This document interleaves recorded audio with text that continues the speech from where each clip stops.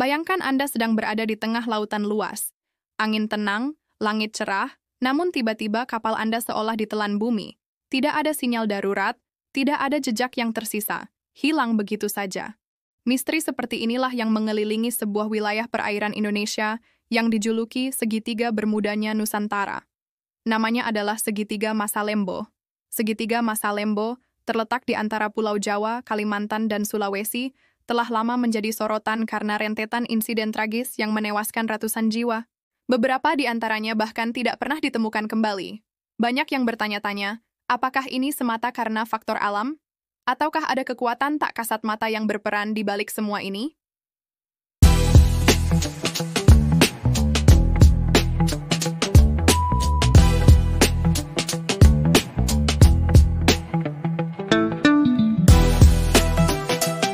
Sebelum kita melanjutkan lebih jauh, pastikan Anda menekan tombol like dan subscribe untuk terus mendapatkan konten mendalam seperti ini. Jangan lupa tinggalkan komentar dan bagikan jika Anda merasa topik ini penting untuk diketahui banyak orang.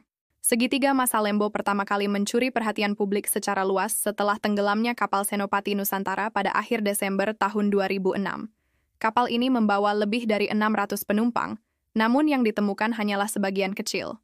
Bahkan, sebagian besar jasad tidak pernah kembali ke daratan. Insiden ini menjadi pukulan besar dan membuka tabir dari serangkaian kecelakaan lainnya yang selama ini dianggap sebagai insiden biasa di lautan. Tak lama berselang, awal Januari tahun 2007, sebuah tragedi udara mengguncang Indonesia. Pesawat Adam Air penerbangan 574 yang terbang dari Surabaya menuju Manado menghilang dari radar saat melintasi wilayah Masalembo. Meski pencarian besar-besaran dilakukan, hanya beberapa bagian pesawat yang ditemukan beberapa bulan kemudian.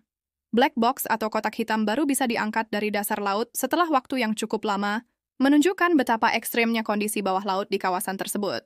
Menurut peneliti dari Badan Meteorologi, Klimatologi, dan Geofisika, wilayah Masalembo merupakan titik pertemuan arus laut yang sangat kompleks.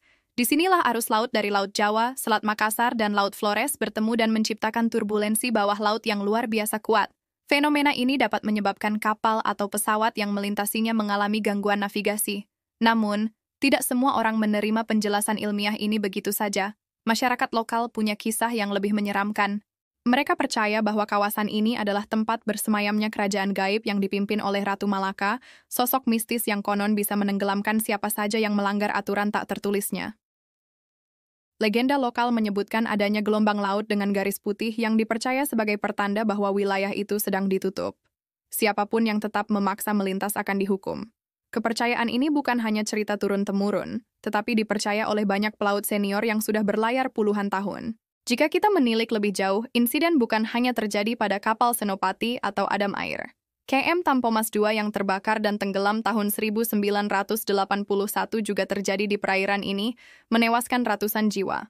KM Mutiara Indah, KM Fajar Mas, dan KM Sumber Awal juga mengalami kecelakaan fatal di wilayah yang sama. Mengapa kejadian semacam ini terus berulang di wilayah ini? Satu teori yang menarik dikemukakan oleh ahli oseanografi dari Institut Teknologi 10 November. Mereka mengatakan bahwa ada fenomena dasar laut yang belum sepenuhnya dipetakan.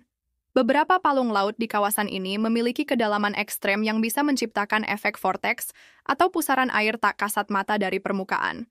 Ketika kapal atau pesawat jatuh, puingnya bisa langsung terseret masuk ke dalam. Sebagian lain menyebutkan bahwa adanya anomali magnetik membuat kompas dan alat navigasi digital bisa berputar tidak menentu. Inilah yang diduga menyebabkan banyak kapal dan pesawat mengalami disorientasi arah. Namun, data dari Lembaga Penerbangan dan Antariksa Nasional menunjukkan bahwa anomali magnetik di kawasan Masalembo masih tergolong lemah dan tidak cukup kuat untuk menyebabkan malfungsi peralatan modern. Ini membuat misteri semakin tebal dan menyisakan lebih banyak pertanyaan dibandingkan jawaban.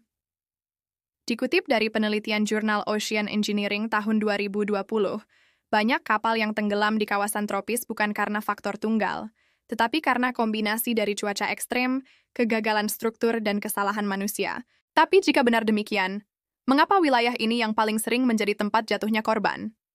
Berbagai kru penyelamat laut yang pernah melakukan pencarian di wilayah ini juga menyebutkan bahwa mereka sering merasakan hal-hal ganjil. Peralatan sonar tidak bekerja normal. Sinyal komunikasi hilang begitu masuk perairan tertentu. Bahkan beberapa menyebutkan suara aneh terdengar dari dalam laut. Dalam budaya maritim Indonesia, laut selalu dianggap sakral. Banyak ritual yang dilakukan sebelum berlayar, termasuk memberikan sesajen kepada laut sebagai bentuk penghormatan. Hal ini dianggap sebagai bagian dari menjaga keseimbangan antara manusia dan alam. Namun, ada juga yang melihat ini dari sisi lingkungan. Beberapa pakar lingkungan laut menyebut bahwa kerusakan ekosistem di perairan Masalembo sudah cukup parah akibat penangkapan ikan ilegal dan eksploitasi besar-besaran. Ketidakseimbangan ini, menurut mereka, bisa menyebabkan ketidakstabilan arus dan pola angin yang lebih berbahaya dari sebelumnya. Bisa jadi, alam memang sedang mengirimkan pesan. Nah, sampai di sini, jika Anda merasa topik ini membuka wawasan baru, jangan ragu untuk tinggalkan komentar.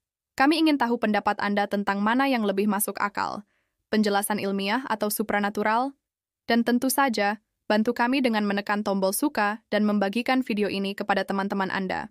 Menariknya, tidak sedikit nelayan atau pelaut yang masih mempercayai pantangan untuk tidak berbicara sembarangan saat melewati Masalembo.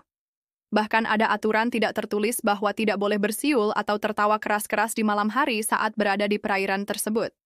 Dipercaya, suara-suara seperti itu bisa mengundang perhatian penghuni gaib laut. Sementara itu, pemerintah sebenarnya telah mencoba menanggulangi misteri Masalembo dengan meningkatkan pengawasan dan sistem navigasi laut di kawasan tersebut. Namun masih ada banyak titik buta atau blind spot yang tidak terpantau radar secara optimal. Hal ini membuka celah terjadinya kecelakaan lanjutan. Dalam laporan Badan Nasional Pencarian dan Pertolongan, ada kecenderungan bahwa kejadian di wilayah ini meningkat saat musim angin barat dan peralihan musim. Ini menunjukkan bahwa faktor cuaca memang punya andil besar, tapi tidak menutup kemungkinan bahwa faktor lainnya turut bermain. Kita juga harus mengingat bahwa Indonesia adalah negara kepulauan yang sangat luas, namun belum semua wilayah lautnya memiliki data yang lengkap dan akurat. Penelitian dasar laut di wilayah seperti Masalembo sangat minim karena keterbatasan teknologi dan biaya. Hal ini berbeda jauh dengan kawasan seperti segitiga Bermuda di Samudra Atlantik yang telah diteliti puluhan tahun oleh berbagai negara besar. Disinilah pentingnya Indonesia meningkatkan riset dan teknologi kelautannya agar misteri seperti ini bisa dijelaskan secara ilmiah. Namun apakah semua bisa dijelaskan oleh logika? Apakah semua insiden hanya kebetulan semata? Sebagian dari kita mungkin akan terus percaya pada kekuatan tak terlihat, sementara yang lain lebih memilih sains sebagai pegangan. Namun satu hal yang pasti, Masalembo adalah kawasan yang tidak boleh dianggap remeh.